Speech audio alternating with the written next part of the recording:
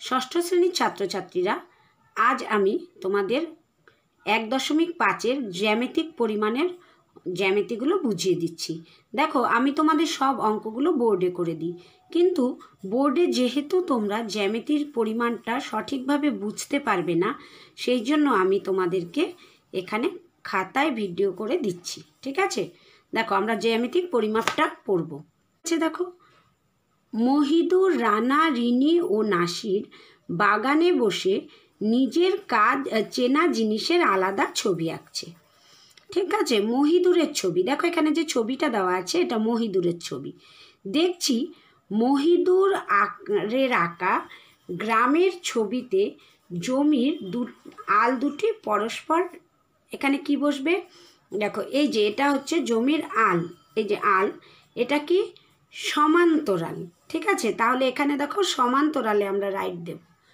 তারপরে আছে বাড়ির মাথার সামনের অংশ কি আছে? দেখো, এটা ত্রিভুজাকার, তাহলে এখানে হয়ে যাবে ত্রিভুজাকার। তারপরে বলেছে দুটি আলের জমি, এখানে দেখো এই যে দুটো আল আছে তার জমিটা, এটা কি মাপ আছে? আয়তকার, তাহলে দুটি আলের জমি আয়তকার। মহিদুরের আঁকা ছবিতে ত্রিভুজাকার এবং আয়তাকার বাহুগুলির চারদিকে লাল রং দিয়ে ও কৌণিক বিন্দুগুলিতে সবুজ রং দিয়ে গোল করি। ঠিক আছে? এবার মহিদুরের আঁকা ছবিতে কোথাও সূক্ষ্মকোণ, স্থূলকোণ, সমকোণ ও সরলকোণ আছে খুঁজি ও বেগুনি রং দিয়ে দাগ দিই। দেখছি ত্রিভুজাকার চিত্রে ড্যাশটি কোণ। এখানে ত্রিভুজাকার চিত্রে দেখো, এই যে ত্রিভুজাকার চিত্র, এখানে কোণ কটা আছে? 1, 2, 3টে, তাহলে এখানে হয়ে যাবে 3টি কোণ। এবার দেখো রানা একটা ছবি এঁকেছে, এই যে রানার আঁকা ছবি, এটা কি আছে? দেখো পুরো বৃত্তাকার, হ্যাঁ, বারবার করে বৃত্ত এঁকেছে। তাহলে কিন্তু রানার আঁকা ছবিতে কোণগুলি কিকার হচ্ছে? বৃত্তাকার, তাহলে আমরা বৃত্তাকারে টিক করব। বৃত্তাকার চিত্র দেখছি। আচ্ছা, রানার আঁকা ছবির মতো আমিও গোলাকার ছবি দিয়ে কিছু তৈরি করার চেষ্টা করি। তারপরে দেখো রিনির আঁকা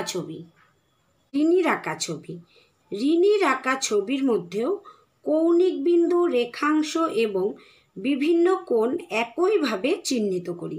দেখো কৌণিক বিন্দু, এই যে দেখো দোলনা দুলছে, এটা একটা কোণ হয়েছে, এটা একটা কৌণিক বিন্দু হচ্ছে। রেখাংশ, এই যে দেখো এই যে বসার এটা আছে বেঞ্চটা, এটা কিন্তু রেখাংশ, তাই না? এবং বিভিন্ন কোণ একইভাবে চিহ্নিত করি। কোথায় সূক্ষ্মকোণ, কোথায় সমকোণ, কোথায় স্থূলকোণ আর কোথায় সরল কোণ খুঁজি ও আলাদাভাবে লিখি।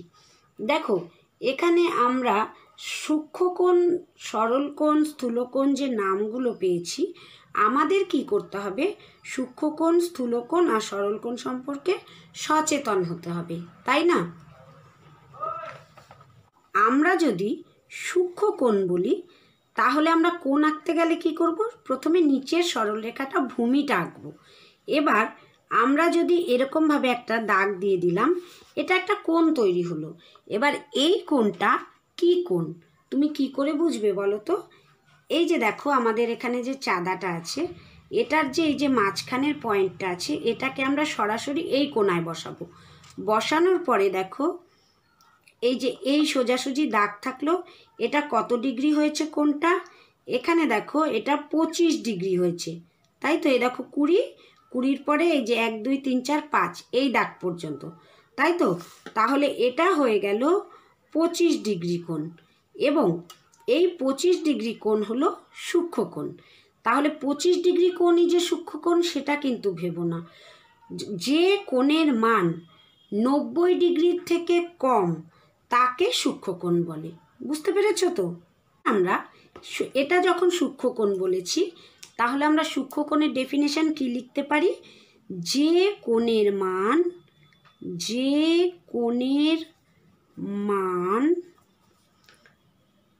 90 ডিগ্রি থেকে কম তাকে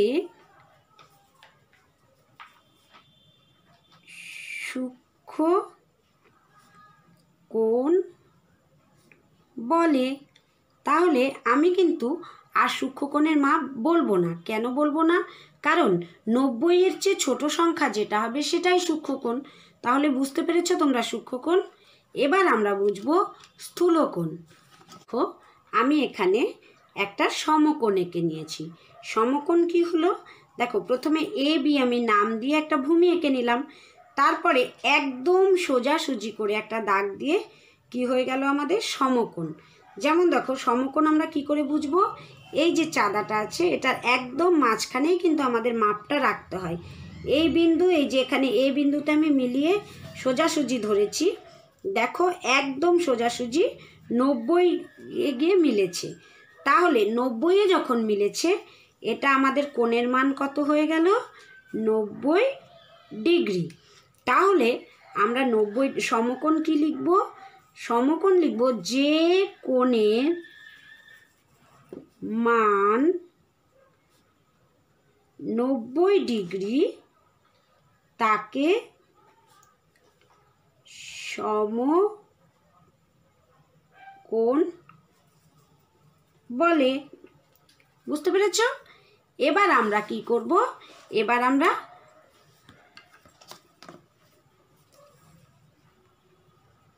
আমি তোমাদের স্থূলকোণ বলবো। দেখো, আমি এখানে এ বি একটি সরল রেখা এঁকে ওপরে একটা দাগ দিয়ে নিয়েছি। এবং সেটা দেখো, আমরা যদি মাপ করাটা এরকম সরাসরি রাখি, তাহলে দেখো এই দাগ সোজা রাখলে এই কোণটা আমার এসে গেছে 120, তারপরে আরও 5 দাগ পর্যন্ত, 5 ঘর পর্যন্ত। দেখো এই যে 5 ঘর। তাহলে 120-র পরে এই 5 ঘর মানে 125 ডিগ্রি।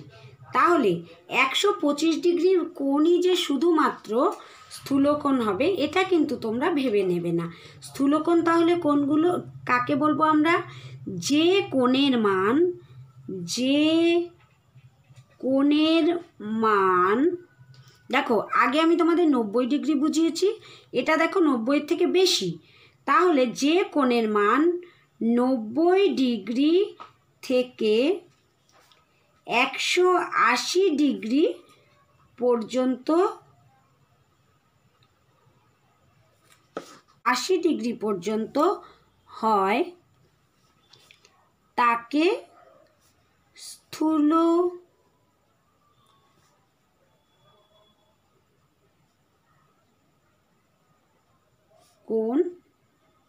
বলে। তাহলে আমরা কি বুঝতে পারলাম? যে কোণের মান 90 ডিগ্রি থেকে 180 ডিগ্রি পর্যন্ত হয় তাকে স্থূলকোণ বলে। এবার আমরা যেহেতু সংখ্যা চিনি, আমরা যে কোনো কোণকে যদি চাঁদা দিয়ে মাপি, এরকমভাবে চাঁদা রেখে ঠিক মাঝখানের পয়েন্টটাই কোণায় রেখে যদি মাপার পরে আমরা যদি দেখি 90 ডিগ্রি থেকে কম হয়েছে, তবে সেই কোণকে আমরা বলবো কি? প্রথমে বলেছি সূক্ষ্মকোণ। তারপরে আমরা যদি 90 ডিগ্রি পর্যন্ত কোনো কোণ পাই, তাহলে সেটাকে বলবো আমরা সমকোণ। আর তারপরে পরে 90 ডিগ্রি থেকে বেশি 180 হচ্ছে সোজাসুজি সোজা। তাহলে 90 থেকে বেশি 180 পর্যন্ত যদি কোনো কোণ পাই, তাহলে তাকে আমরা বলবো স্থূলকোণ। বুঝতে পেরেছো সকলে? আমাদের কোণগুলো যেটা আমরা ছবিতে পড়ছিলাম বইয়ে, দেখো কোণগুলোর সাথে আমরা পরিচিত হয়ে গেলাম। এখন আমরা বইটিকে আবার দেখব। আমরা পরের পেজটা পড়ে দেখব যে দেখো, নাসিরের আঁকা ছবির মধ্যে রেল লাইন দুটি পরস্পর, এই যে দুটো রেল লাইন পরস্পর কি করে আছে? সমান্তরালভাবে গেছে, তাই না? তাহলে আমরা সমান্তরালে টিক করে এখানে লিখে নেব। দেখো, এখানে আমি ওদের মতো ছবি আঁকবো, কিন্তু আমি অন্যরকমভাবে আঁকবো। আমি প্রথমে একটি খাতার পাতায় অনেকগুলো বিন্দু নেব এবং তারপর বিন্দুগুলির নাম দেব। এই দেখো, এখানে অনেকগুলি বিন্দু নেওয়া আছে। এবার এই বিন্দুগুলির নাম দেবে। এবং তারপরে বিন্দুর নাম, সেগুলি যোগ করে বিভিন্ন ছবি আঁকার চেষ্টা করব। ও কোন ছবির জন্য কতগুলি বিন্দু লাগে দেখি। আচ্ছা দেখো, এখানে এই যে বইয়ে করে দেওয়া আছে এ বি একটা ছবি এঁকেছে। এটাকে আমরা কি বলবো বলো তো? রশ্মি। কেন রশ্মি বলবো? কারণ দেখো রশ্মির একদিকে প্রান্তবিন্দু থাকে, এখানে একদিকে অ্যারো দেওয়া আছে মানে একদিকে প্রান্তবিন্দু, এদিকে ছড়াবে না, ঠিক আছে? তাহলে এ বি রশ্মির প্রান্তবিন্দু কি? প্রান্তবিন্দুর দিকে যেহেতু বি আছে তাহলে আমরা এখানে লিখে নেব বি। আবার সি ডি ও ই বিন্দু সরল রেখাংশ যোগ করে, দেখো সি ডি ই বিন্দু সরল রেখাংশ যোগ করে আমরা কি পেলাম? ত্রিভুজ পেলাম। ত্রিভুজ পেলাম, তাই তো? এবার সি ডি ই ত্রিভুজটির বাহুর দৈর্ঘ্য মাপি ও বাহুভেদে কি ত্রিভুজ হয় দেখি।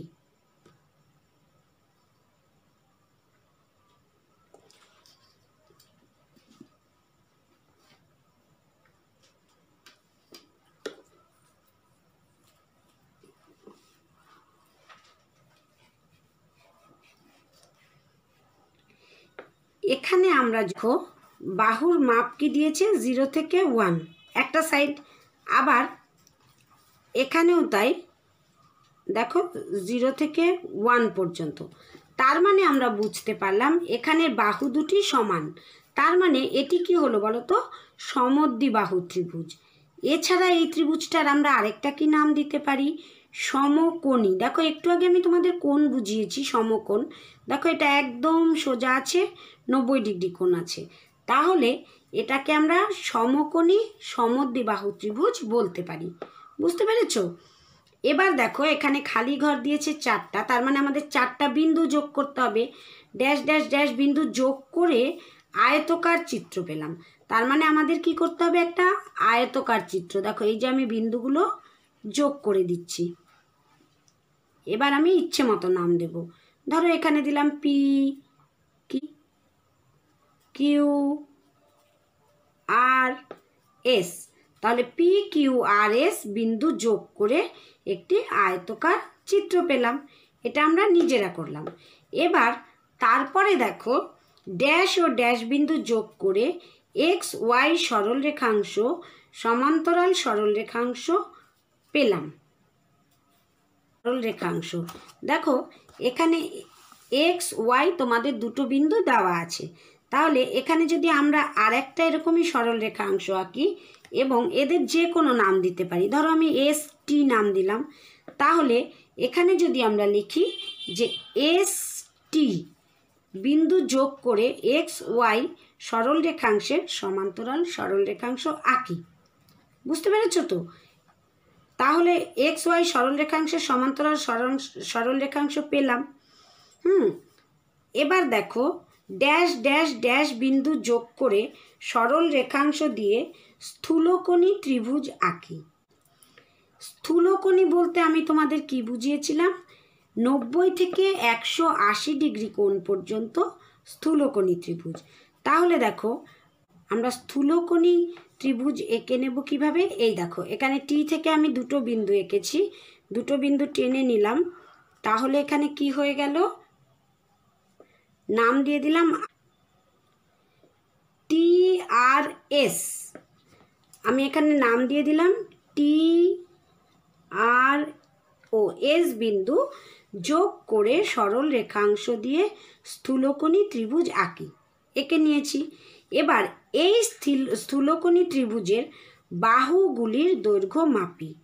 ত্রিভুজটি বাহুভেদে ড্যাশ ত্রিভুজ।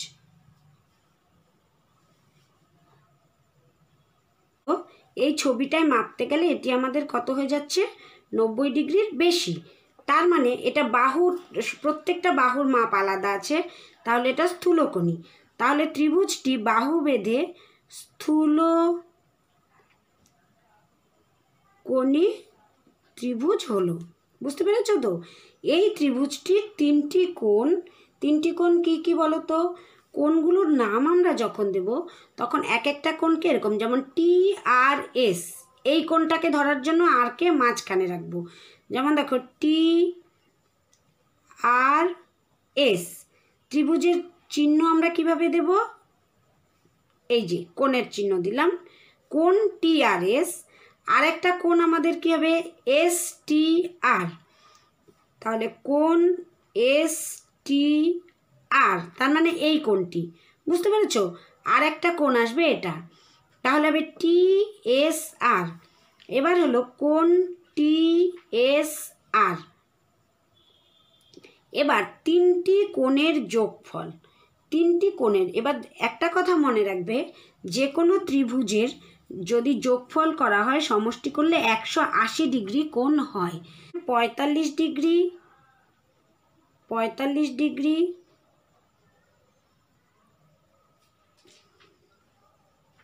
ডিগ্রি 180 ডিগ্রি হবে। এখানে দেখো ড্যাশ ড্যাশ ড্যাশ দিয়ে বিন্দু যোগ করে চতুর্ভুজ পেলাম। এই চতুর্ভুজটির 4টি বাহু, কারণ চতুর্ভুজ মানে কি হয় 4টি বাহু। হ্যাঁ, স্কেলের সাহায্যে দৈর্ঘ্য মাপি, যেহেতু এখানে জায়গাটা একদম ছোট, আমরা আরও 4টি বাহু যোগ করে চতুর্ভুজ করতে পারছি না। তোমরা এটা খাতায় ইচ্ছে করলে মেপে করে নিতে পারো। বুঝতে পেরেছো?